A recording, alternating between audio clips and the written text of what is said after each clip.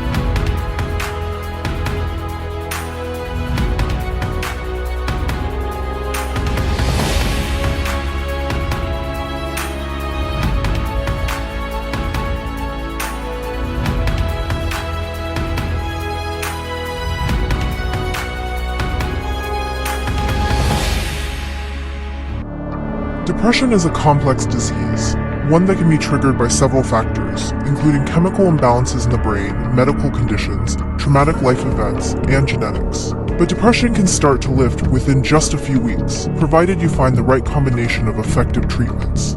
This is Your Brain On, where we explore how the world affects our brains and ourselves. Brain imaging studies show that depression is connected to changes in several parts of the brain, especially in three core areas. The first is the amygdala, which regulates emotions like anger, pleasure, and fear. When a person is depressed, the amygdala can become overactive, causing problems with sleep and behavior, as well as balance of key mood hormones. The second area is the hippocampus, which processes memory and regulates stress hormones such as cortisol. One study found it's up to 13% smaller in depressed women, and excess cortisol can stunt the growth of new neurons, creating poor moods and memory. The third main area is the thalamus, which helps link sensory information to good and bad feelings.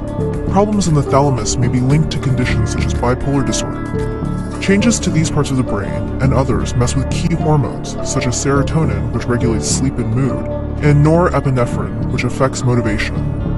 For some, a depressed mood passes on its own, especially if it was triggered by a particular sad event. But for those with ongoing clinical depression, it can take time to find effective treatment.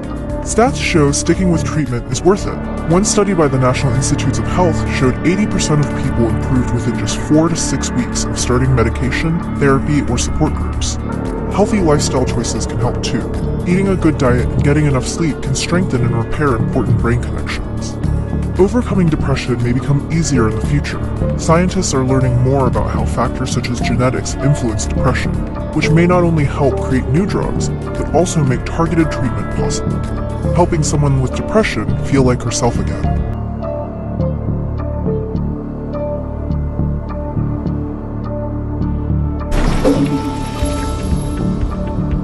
First, I try to focus on the positive things in my life. I think about the family, friends, and treatment team members supporting me in my recovery journey.